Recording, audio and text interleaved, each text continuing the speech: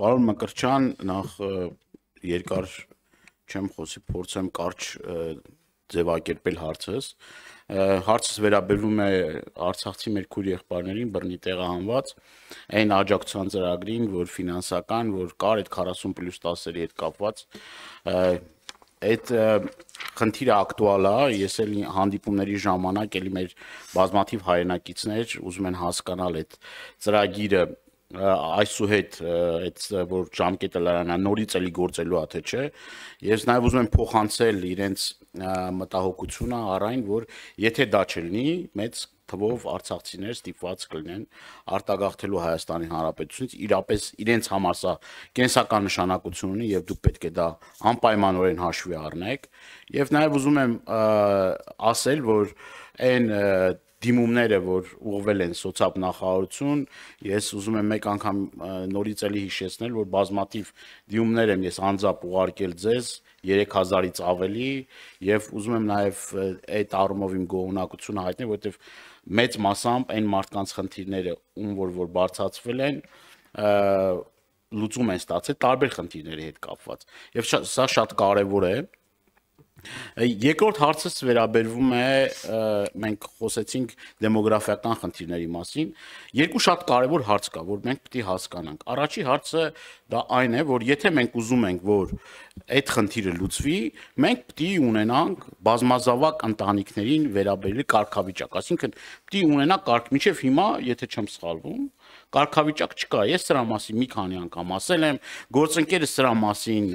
ուրեմն սրա վերաբերյալ օրենսդրական նախաձեռնություն է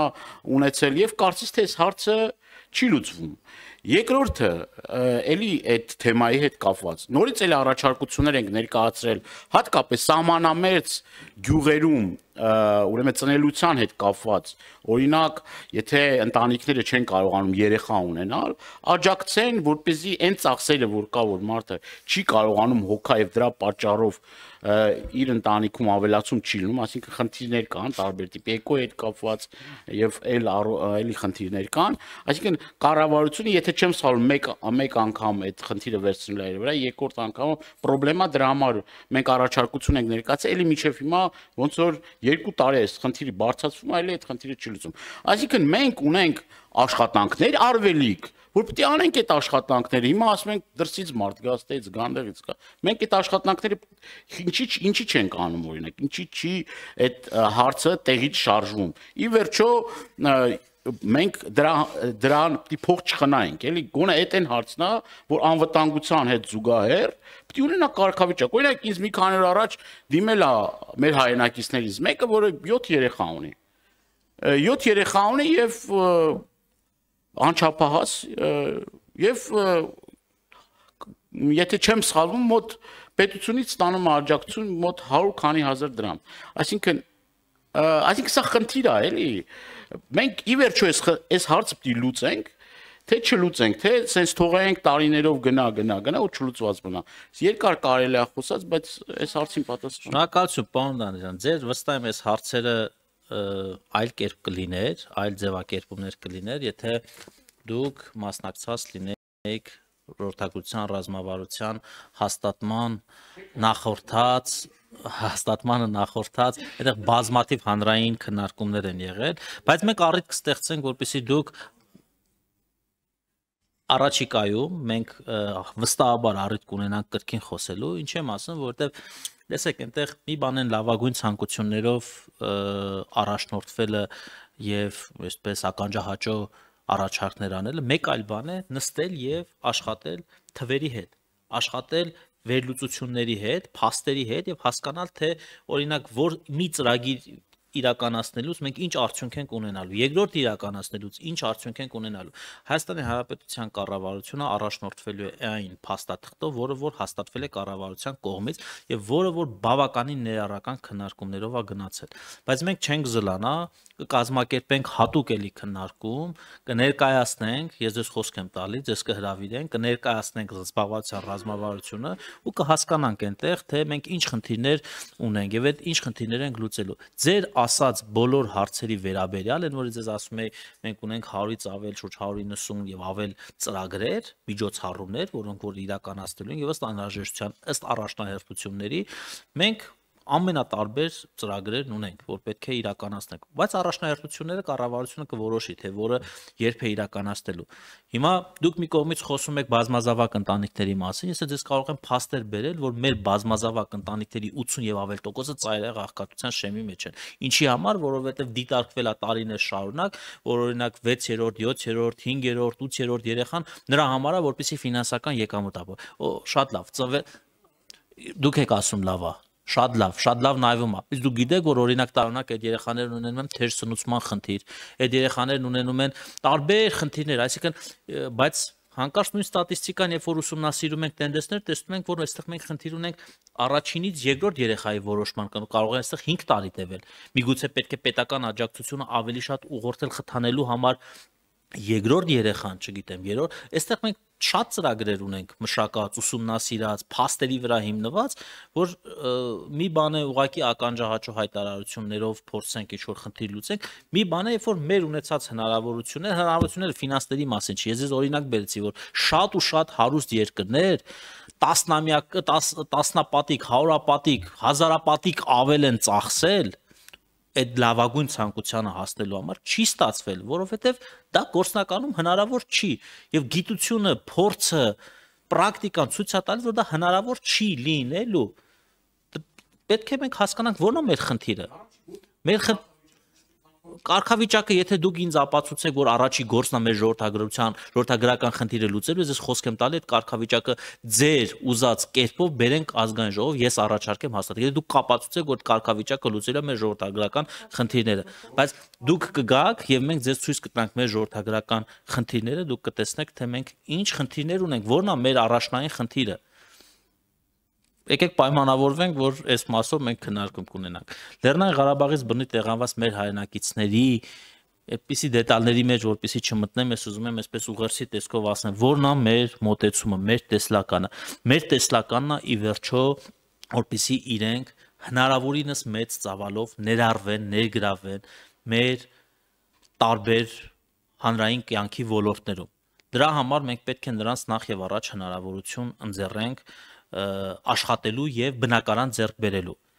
Եվ այստեղ էս քննարկումներ կա, բնակարան թե աշխատանք թե բնակարան։ Դրա համար մենք այդ փորձագիտական խմբերի հետ հիմա որ աշխատում ենք, ըստ էության մենք իրենց հետ քննարկում ենք նաեւ այս հնարավորությունները, բոլոր հնարավոր առաջարկները, բոլոր հնարավոր ուրեմն խմբերի կողմից այս առաջարկները ստանալուց, վերլուծելուց, որը որ ուրեմն կհամարի կառավարությունը իրագործելի նպատակահարմար եւ մեր ռազմավարական նպատակներին համահունչ, մենք դրանք իրականացնելու ենք։ Մենք այսօր 26000-ից ավել Լեռնային Ղարաբաղից բռնի տեղահանված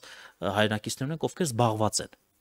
ովքեր աշխատում են, ովքեր որոշակի առումով նաև, չգիտեմ, փոքր ձեռներեցություններ ունեն, բիզնեսներ ունեն եւ այլն եւ այլն։ Մենք պետք է խթանենք, որպեսզի այս ընտանիքները գնան եւ աշխատեն, աշխատանքի հնարավորությունը մեծացնենք, այլ ոչ թե անընդհատ կախվածության մեջ դնենք։ Եվ չպետք է ունենանք զուգահեռ աջակցության ծրագրեր, որը կխոչընդոտի իրենց երկարաժամկետ ներառմանը։ Եթե մենք մի կողմից ունենք բնակարանային ծրագիր, որը որ մենք 2023 թվականի հոկտեմբերին հայտարարել ենք, որ սա մեր երրորդ փուլի ծրագիրն է երկարաժամկետ ներառման, մենք չենք կարող առաջ կարճաժամկետ փուլում ընդունված որոշումը այսպես տարածենք երկարաժամկետ կտրվածքում, որտեղ դա խանգարելու է մեր ուրեմն բնակարանների ծրագրին, որը որ իրենց հնարավորություն պետք է տա վերջնականապես որոշում կայացնել եւ ներգրավել։ Դուք ինձանից շատ լավ գիտեք, թե որն է այդ խոչընդոտներից մեկը, որ չեն մեծ թվով դիմում քաղաքացիներ մասնակցելու համար մեր այդ ուրեմն ծրագրին։ Մենք սահմանեցինք, որ բոլոր այն քաղաքացիները, ովքեր որ չունեն առանձին այսպես վերաբերմունքի անհրաժեշտություն, մենք իրենց այդ գումարները կրճատեցինք, բայց մենք ասացինք, որ առաջին կամ երկրորդ խմբի հաշմանդամություն ունեցող 63 եւ ավել տարիքի գերակրողին կորցնելու դեպքում նպաստ ստացողի մինչեւ 18 տարեկան երեխաներ, մենք ասացինք, որ մենք ժամանակ ենք վերցնում, երկարացնում ենք եւս 2 ամսվա ընթացքում ժամանակ ենք վերցնում ուսումնասիրելու վերջնական առաջարկ տալու եւ այդ ընթացքում այդ փորձագիտական խմբերի հետ որ մենք աշխատում ենք նույն Լեռնային Ղարաբաղից բնի տեղանված մեր հայրենակիցներից կազմված մենք տարբեր ֆորմատներ ունենք կա տկեն նախարարինքից հասարակական խորհուրդ կան այս փորձագիտական խմբերը կան առանձին խմբեր որոնք որ իրենց նամակներով իրենց առանձին հանդիպումներով եւ ի վերջո կան նաեւ падգամավորներ որոնց ուղարկած նամակներ այնպես չի ձեր ուղարկած նամակներում այնտեղ արծացված խնդիրները մենք չենք վերլուծում եւ դրանք ի վերջում որ լավարկման տեսքով չեն այո մենք չենք ունեցել նաեւ մեր բարեփոխումներում ծրագրեր միջոցառումներ, որոնք ժամանակի ընթացքում չեն փոփոխվել։ Բոլորն էլ պետք է փոփոխվեն, որովհետև հնդածս մի շարք խնդիրներ են առաջ գալ։ Ես ուզում եմ, որ մեր հայրենակիցները հասկանան,